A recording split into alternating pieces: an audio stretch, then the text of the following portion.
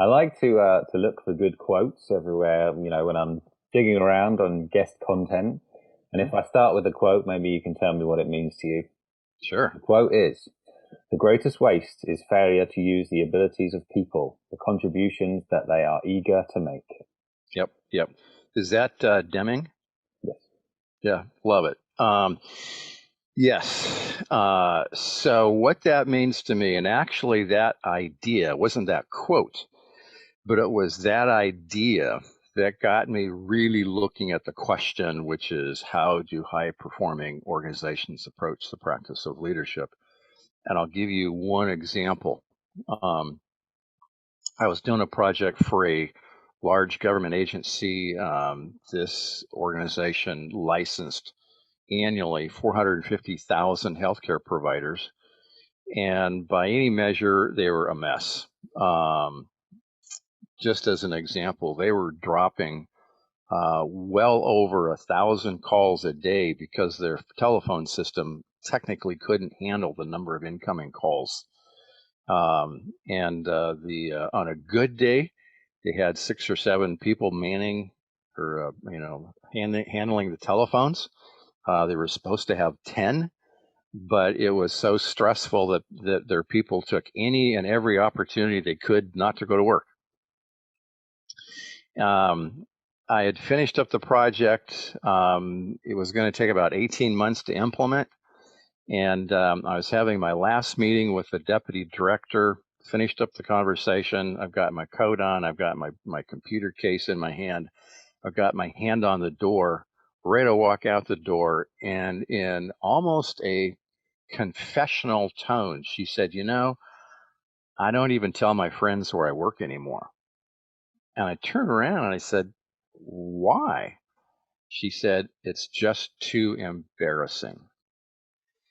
And that conversation, along with several others, really propelled me into looking at the question of how do high impact, high performing organizations approach the practice of leadership.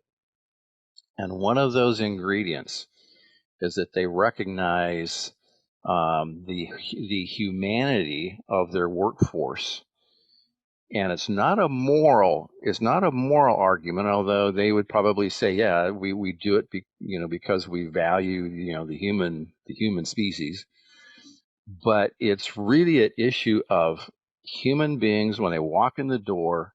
There is an unimaginable amount of creativity, innovation, problem solving capacity that walks in the door with them, and it walks in with them at no additional charge. And high impact organizations recognize that in their people, and they develop people. And this is it's a humorous distinction, but yes, they train people to do the technical parts of their jobs, but they develop people in terms of becoming more self-confident, more self-empowered, engaging people with the mission of the organization in ways that's intentional. And oh, by the way, along the process, they create better human beings as well. Mm. What would you say the best way is to cultivate that Yeah, potential, if you will? yeah, yeah. Really starts with the intention of what is the experience of the workforce. When someone comes to work for you or for me or for someone who owns the business, what is the experience of the workforce that is intended to be delivered? Now, that sounds a little bit academic, but it's really very, very practical. So in my research, I found organizations that, when I asked them, how do you approach the practice of leadership? They didn't give me ten leadership skills or attributes. They said things like, we want to cultivate a value of respect in this organization.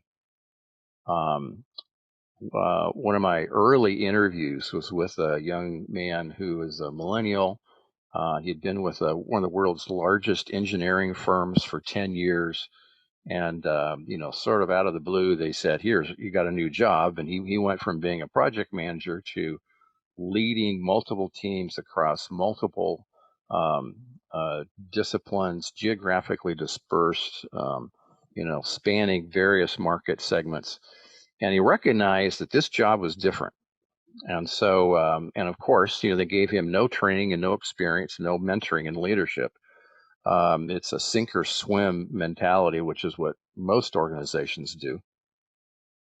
But Brian's an engineer, so he thought about it very logically and concluded that leadership is a relational enterprise.